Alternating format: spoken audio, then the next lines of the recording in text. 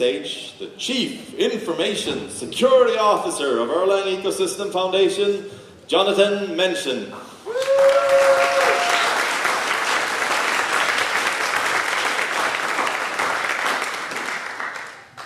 Hi, I'm Jonatan, and this is from Freakout to Fix Navigating a Security Disaster. In the next 40 minutes, I want to take you on a short and sharp journey from the moment you realize something is wrong and possibly catastrophic, through the messy middle and out the other side with your integrity and your users' trust intact. This talk is for anyone who's ever shipped a library, a dependency, or a service that other people rely on and thought, what if I ship a bug that breaks the world? You're not alone, and more importantly, you don't have to hide if things go wrong. Let's go from panic to patch and maybe even feel a little pride in how we handle it. Before all the chaos, let me introduce Tabulex, a completely fictional Phoenix component. Tabulex powers a data table whose entire state, from sorting, filtering, and pagination, is encoded right into the URL. With every click, the URL updates to reflect exactly what you're looking at, which is quite neat, because you can share those URLs to anybody else and they're going to see the exactly same thing. But as we'll see, that magic can also carry some unexpected dangers with it. You didn't just ship code. You built something people trust. Look at those, at the growth, the downloads climbing, usage is spreading. It feels good to see adoption, to know folks are relying on what you built. This is also what makes the next part worth caring about. The more people depend on it, the bigger the consequences if something breaks.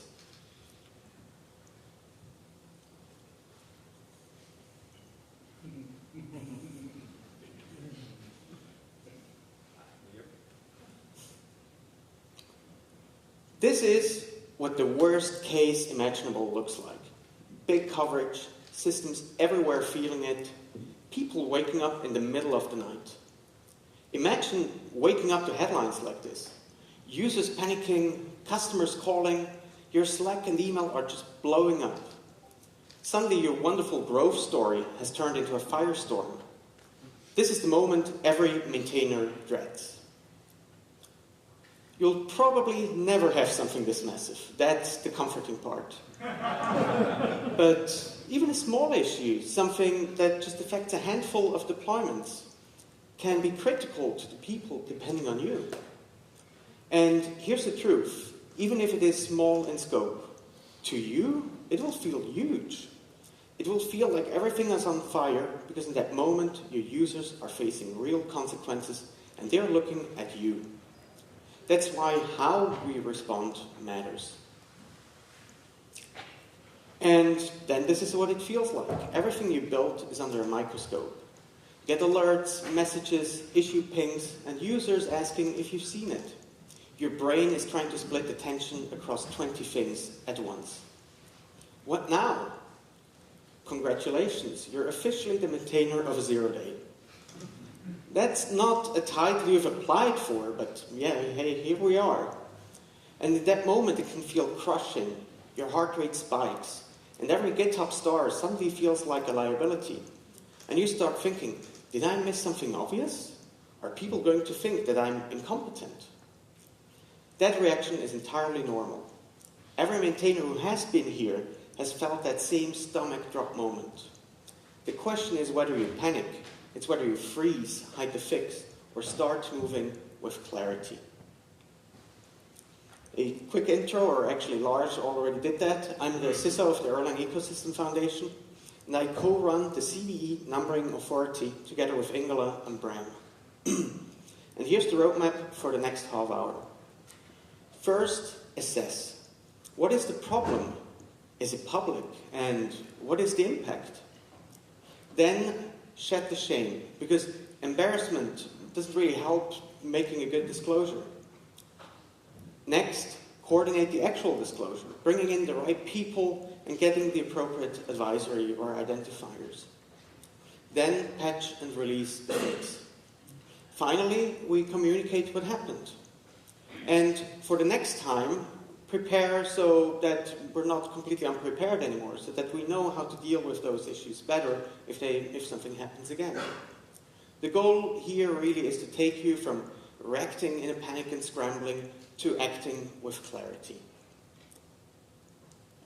First step, assess. Before we do anything else, we need to know what we're even dealing with. Is it a vulnerability? Is it already public? And what's the impact? Who is affected by it? If you skip doing this process, you'll either overreact or underreact. And the goal here is to get grounded before you start moving. We're going to talk through this process very deliberately. First, is this even a vulnerability? That's the foundation. Start by looking at what's actually happening. What is the behavior? Is the behavior unexpected or unsafe in some way? Then ask, can someone abuse it? Who would the attacker be and what would they gain by doing this? A useful way to think about this is through the CIA triad. Does this affect confidentiality, integrity, or availability?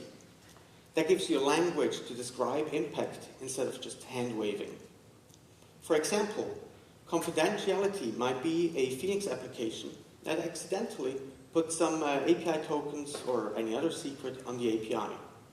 Or even something a lot more subtle, like logging JOT tokens to your logs or something like that. It's not a crash or anything, but anyone with log access suddenly has access to secrets they're not supposed to.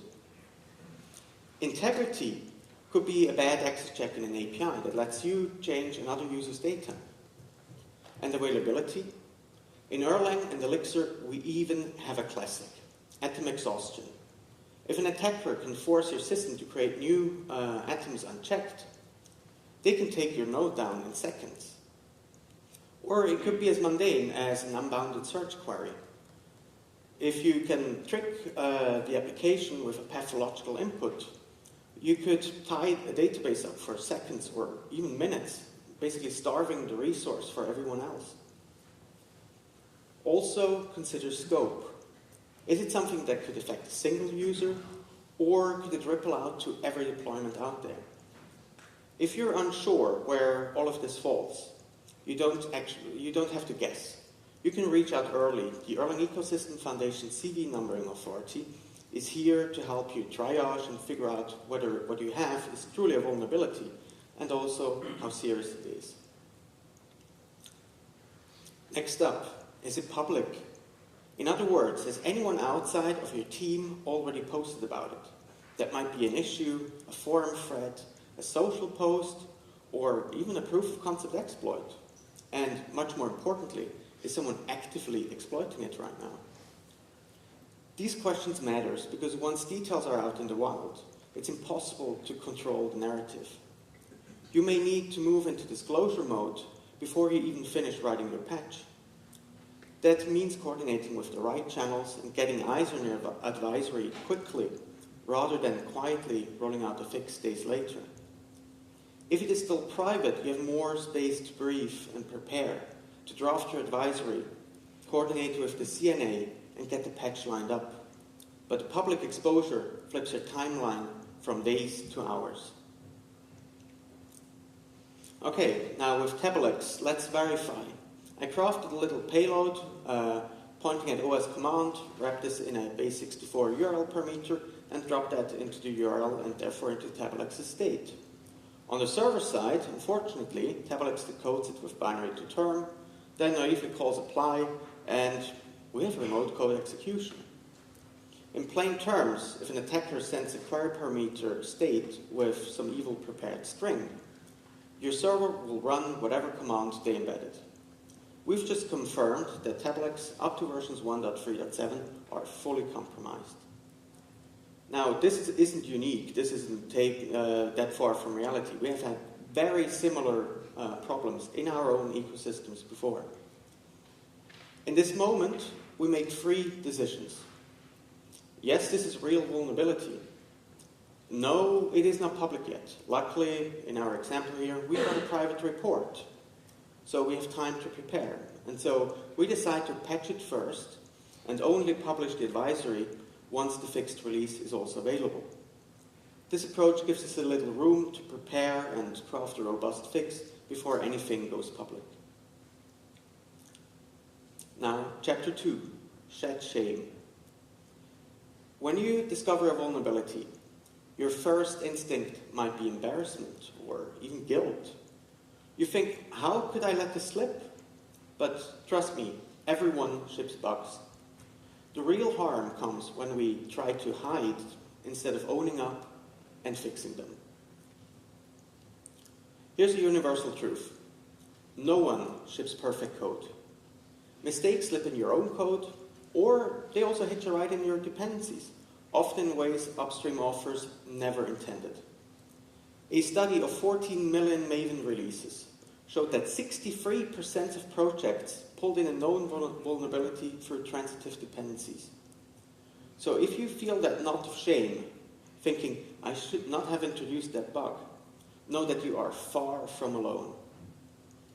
Brené Brown defines shame as the fear of disconnection, the worry that if others really saw our mistake, we'd lose their trust. And that's exactly how it feels when a security flaw lands in your project.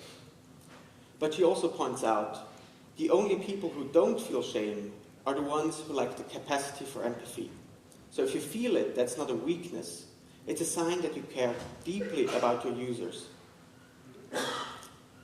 When you find a vulnerability, your first instinct might be to hide it, to push a silent patch and hope no one notices. But silent patches leave your users unaware, scanners untriggered, and trust quietly erodes. And attackers do notice. Reverse engineering patches is trivial, so silence can actually hand them a head start. In fact, there are people and bots out there that do nothing but watching commit feeds and diff releases and look for suspicious changes. If they spot the fix before your users do, the exploit window actually gets longer and not shorter. Worse, your community may feel betrayed if they found out later. Sometimes it even leads to forks as people backport their own fixes. And without the proper advisory, automated tools like Dependabot, Mix Audit, Renovate, or the OSV scanner will never alert their users to update. They will stay vulnerable long after a fix exists. Instead, owning the issue, publishing a clear advisory, and explaining the impact, and crediting the contributors, builds confidence. For example, when a major framework in our ecosystem recently transparently disclosed a security flaw, the community response was overwhelmingly positive, and the fix was adopted within days. That's how you turn a mistake into an opportunity for trust. Now, when saying this, I specifically think of Ash, where we helped a lot, and Zach, if you want to say a few words.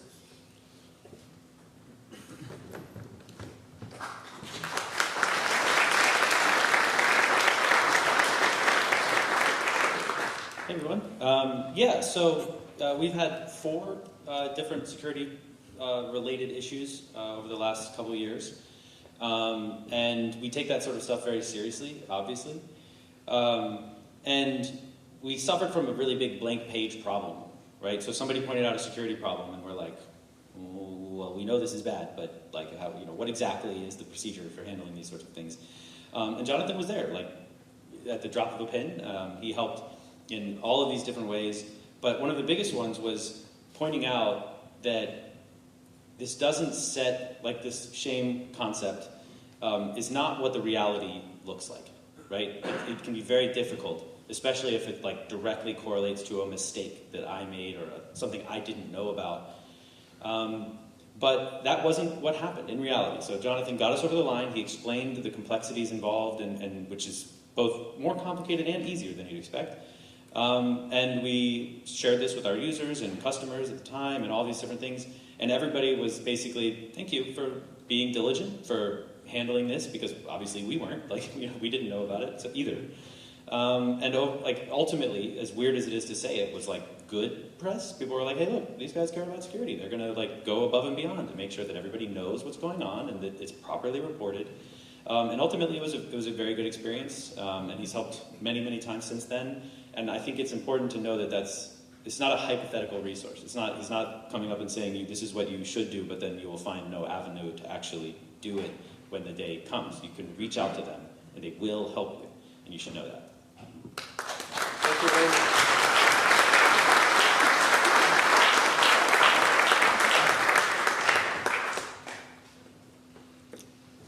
So, let's actually look at disclosure.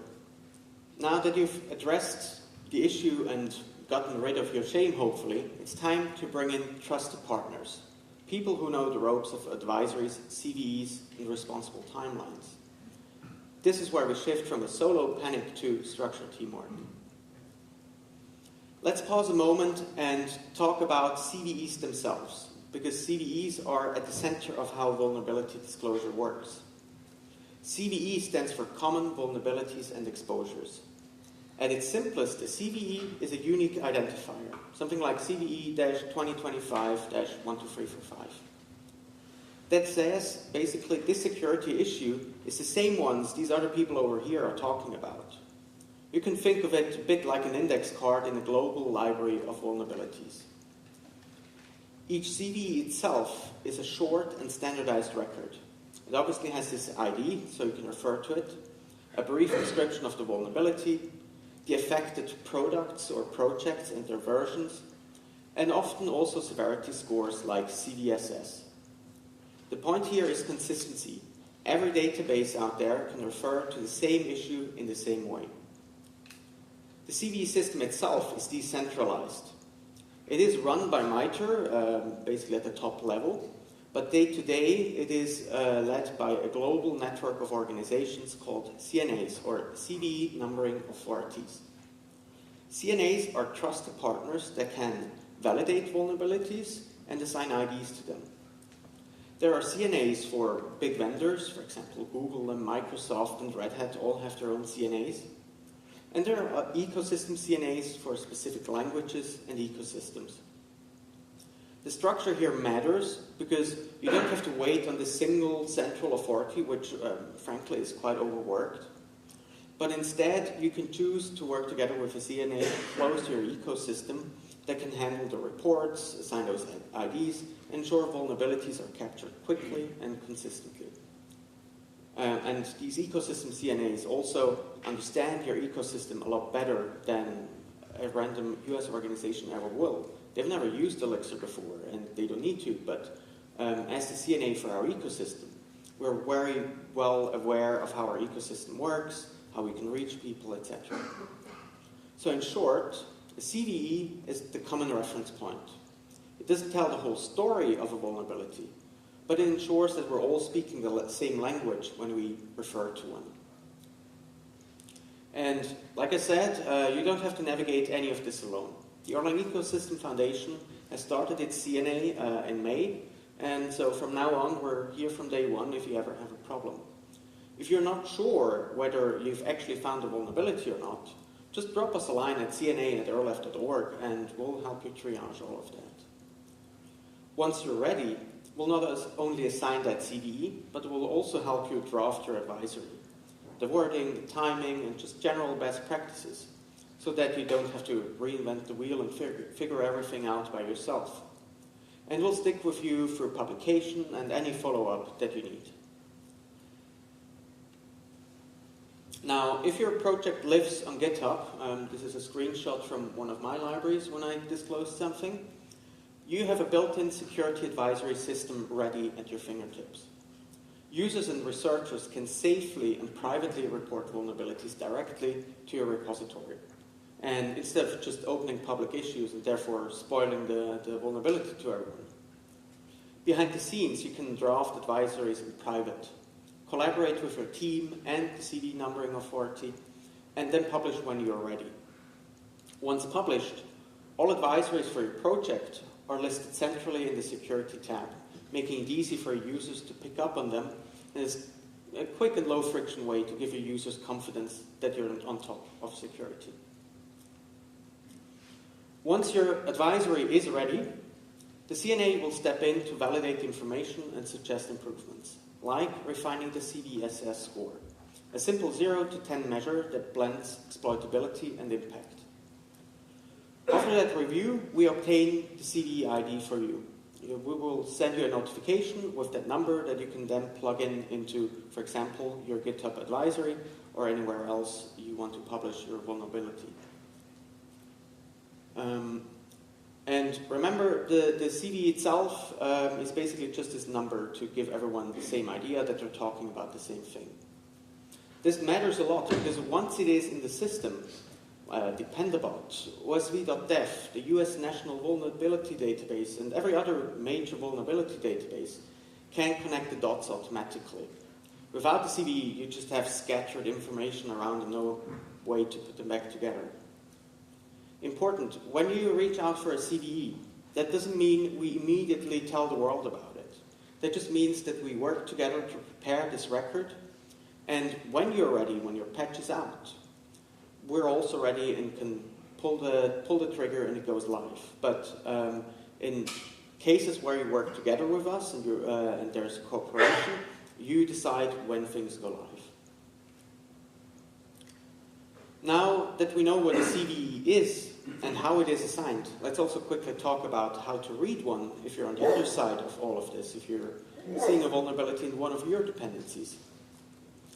Every CVE contains at least one reference link, and that is to a vendor or a third-party advisory.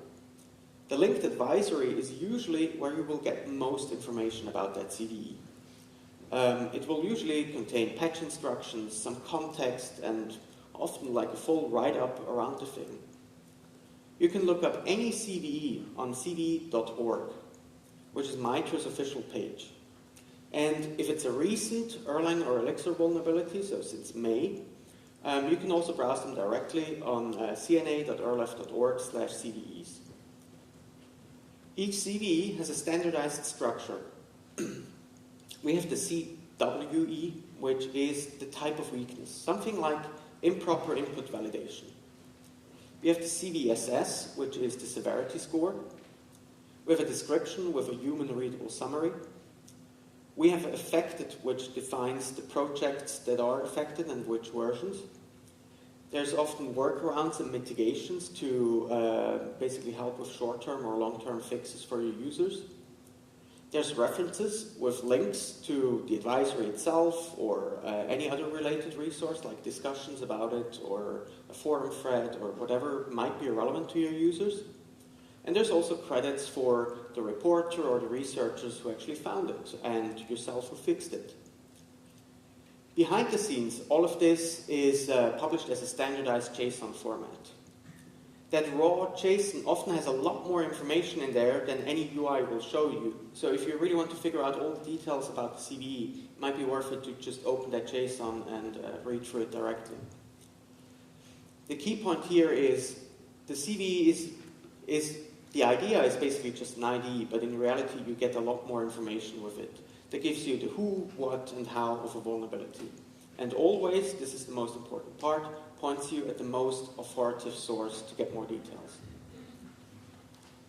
Now, what is CVSS? I mentioned it multiple times. CVSS is the Common Vulnerability Scoring System. It is a tool that we use to boil down a vulnerability into a single number between 0 and 10. It works by scoring a few key dimensions. How the attack happens, for example, can we exploit this over the network, or do you need to be at the device to make it happen? How complex it is.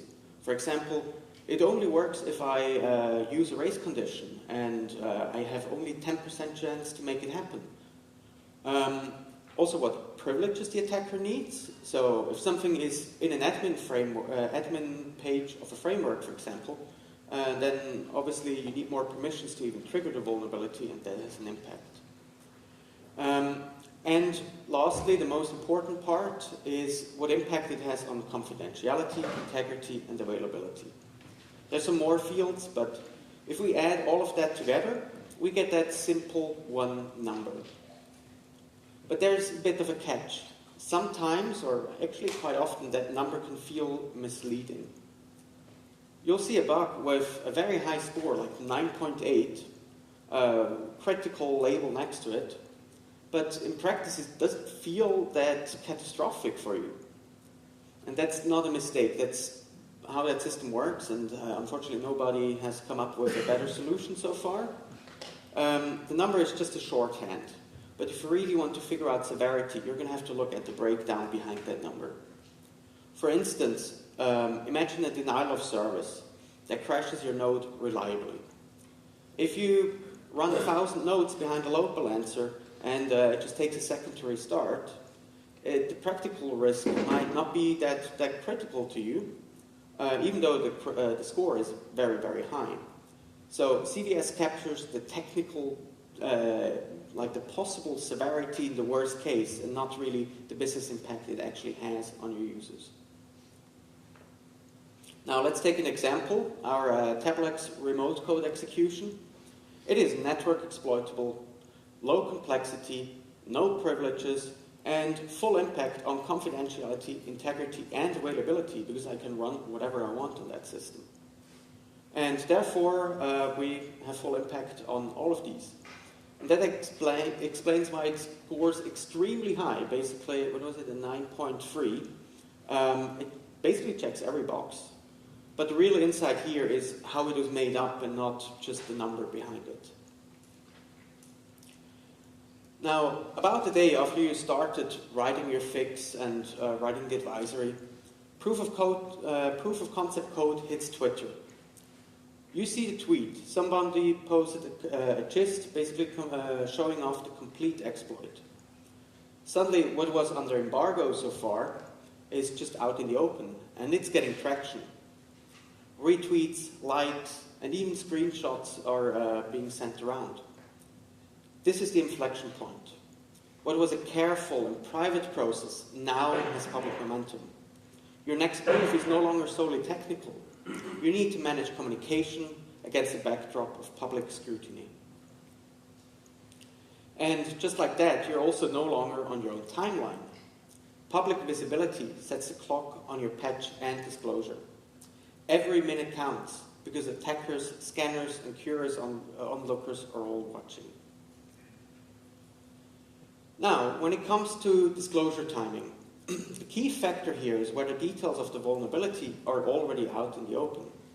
You don't need a full proof of concept. You just need public knowledge that it can be exploited, especially with today's automated tooling.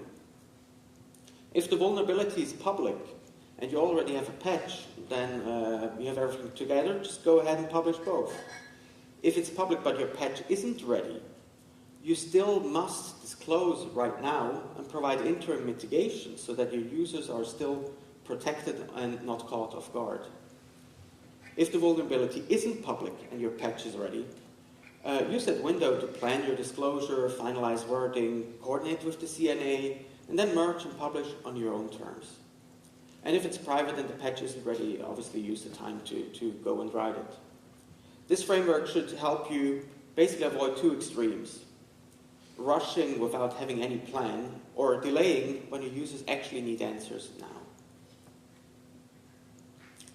Now, let's get into actually patching and releasing. We've coordinated the disclosure, and yeah, it's time to write the patch. When we start writing one, do it in private. Don't just push that onto your public GitHub repository, or for that matter, even into a private fork, because if you know the SHA and there's ways to figure it out, you can still look it up. GitHub security advisories support private forks for exactly this reason, so that this doesn't happen. In our example, specifically for Tablex, we want to switch for a safe decoding API. You would use something like plug.crypto.non-executable binary to term with the safe option, which blocks any dangerous term forms. Also, we should really rethink our payload design, because just plugging user input into apply is probably not the best idea, and we want to remove any possibility for public call sites, essentially. Finally, bake in tests. Test your new logic to ensure that you have no edge cases. With these practices, your fix should be safe and robust. Now, with the patch coded and tested, we need to actually release it. So we normally bump the version, tag it, and push it to hex so that your users can upgrade immediately. consider which versions your users are currently actually using. So if a lot of them are on earlier minor or even major versions, it might help to backport your fix so that you can give them an easy path to remediate the issue without doing the last 2 years of updates they should have done anyways, but right now is maybe not the best point in time. Next, tell the CNA it's time to publish the CV now that your patch is available. This officially will start spreading the CV information with all relevant systems. And then also flip your GitHub security advisory if you did it this way, from draft to public, so that the world can see the advisory alongside your code. Now finally, we want to retire all vulnerable hex versions that are released in the past to prevent any new installs of those vulnerable releases. Retiring a version on hex does 3 key things. New installs will automatically avoid installing it. If you already have it locked in your mix log file, you will actually get a warning when you try to install it. And on hex.pm, you will clearly see a warning in the UI to tell the users about it. So you should run mix hex.retire for basically every version that is vulnerable, that is affected by this vulnerability. And yeah, this should ensure no one inadvertently pulls in that vulnerable code. Let's get to the last part, communication. Your fix is out, your advisory is live, the registry is up to date, but that doesn't really mean everybody knows about it. Next, we'll have to look at how we broadcast the news, ensure that our users actually see it. Once your advisory and patch are live, your top priority is ensuring that your users know exactly what happened and how to get rid of that problem, how to upgrade. A clear blog post or release note should succinctly describe the vulnerability, its impact, and the exact commands to update. Next, amplify that message in your social channels and on ecosystem forums, like tweeting the link and posting on the Elixir or maybe Erlang forum, to really reach where your maintainers and users frequent, so we can, yeah. Finally, add a prominent note to your project's README or changelog, so that basically anyone browsing your repository will see that security update immediately. Once all of this is done, and you've published your advisory, the CNA has published it, GitHub has published it, etc., that doesn't just sit in one place. This ripples outward. Your entries will automatically feed into MITRE's CV.org. It will feed into the US National Vulnerability Database, into OSV or Open Source Vulnerabilities.dev. It will feed into GitHub Advisory Database, the very new EU Vulnerability Database, which is going to be relevant very soon under the CRA, and many, many other places. And in turn, tools like Dependabot, Renovate, Mix Audit, the OSV scanner, or a specific tool in our ecosystem as well, Paraxial, which is a great service, will pick up this information and warn their users about it. And in many cases, even open up automatic pull requests to get rid of that issue. That automated wave ensures that you fix every environment eventually, or at least hopefully a lot of them, even the ones you don't directly control. So, we've just weathered a storm, and now it's time to prepare for next time, because doing the whole scramble and panic every time maybe isn't the best solution here. So, yeah, let's discuss how we can turn this more into a practice drill. A security.mv file in your repository is basically the playbook for when trouble strikes.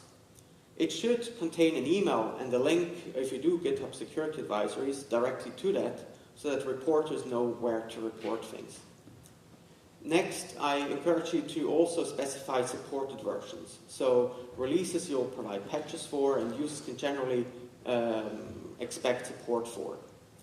And I would also recommend to list your contacts and roles, so basically who does what in your team, and also listing the CNAs, so really to make sure all the reports land in the right inboxes. Also help set clear expectations around response and resolution. You don't need to write up exact SLA rules like you're going to hear back from me in 72 hours, but I would generally indicate what reporters can expect in terms of acknowledgement and follow-up. Finally, include a PGP key. So if users are sending stuff in via email, which I would recommend to have as a contact method, we don't just want that out in the open. And a lot of security researchers will actually use GPG if you provide them with it. With these sections in place, you should be ready next time, and you don't have to figure it out from the ground up. Next, this doesn't really apply so much to the libraries, but more to the projects that use it. We have a lot of automation. We have dependable security updates that will open up pull requests whenever we have a new security patch. And if you're not on GitHub, there's tools like RenovateBot that do the same thing for a lot of other platforms. We also have the mixed dependency submission GitHub action, which actually improves the data GitHub has about your project and can basically react more proactively. It also does things like pull request reviews with licensing issues, so it's also in general just a nice thing to add. You can also use the OSV scanner in your CI to basically run your log files against the CD database, and it will figure out if there's anything in there. And it also works for other ecosystems like Node.js or really anything you put into it. And if you want to go ecosystem specific, there is also a tool called Mix Audit, which provides Elixir specific scanning of CDs. Together, all of these tools can form a safety net, so you're alerted early and you don't just have to figure it out later by reading the news. In a corporate setting, you can augment these community best practices with organizational muscle. First, I would encourage you to really maintain an accurate software bill of material, using standards like CycloneDX or SPDX, and tools like Dependency Track, which can hook up to live vulnerability feeds. And you're going to be alerted if anything happens, even if you're not currently working on the code, but also just in a running system. Next, I would encourage especially larger organizations to don't treat open source as a black box. Build relationships with the teams behind the libraries you use. Sponsor their work, help triage issues, or simply share how you're using their project. Those connections will really pay dividends if there's ever a vulnerability with it. I would also encourage you to sponsor the EEF and your critical dependencies to keep the CNA and other security efforts funded and the libraries you depend on maintained. Finally, I would encourage you to take all the checks we talked about into your software development lifecycle. Automated scans, security gates, and sign-offs in your CI/CD to really make sure nothing just slips through. Now, let's wrap up with 4 key takeaways. First, prepare by setting up a security policy. If you only take one thing from this talk, please let it be this one. Just put one in every open source project you have. Because when an incident comes, just already having the clear process in place and having a place where reporters can submit their vulnerabilities really makes everything else survivable. Second, ground your response. Methodically assess severity, scope, and visibility before every move to avoid over or underreacting. Third, own the narrative. Get rid of your shame and coordinate open disclosure and leverage the CNA partnership to build trust with your users. And fourth, retire and publish. Use Hex retirement to block old versions and publish your advisories and ship patched releases. And remember, even if you don't do anything else, just having a security policy in place today means that you're already better prepared than most projects currently out there. Now, none of us ship perfect code, but all of us can ship with integrity. The next time you find yourself staring at that gut drop moment, remember, you're not alone, there's a process, and there are people like the CNA and myself ready to help. Preparing today means that when panic comes tomorrow, you already know how to turn it into clarity, and that's how we go from freakout to fix. I also want to take a very quick moment here to thank the sponsors of the Aegis initiative.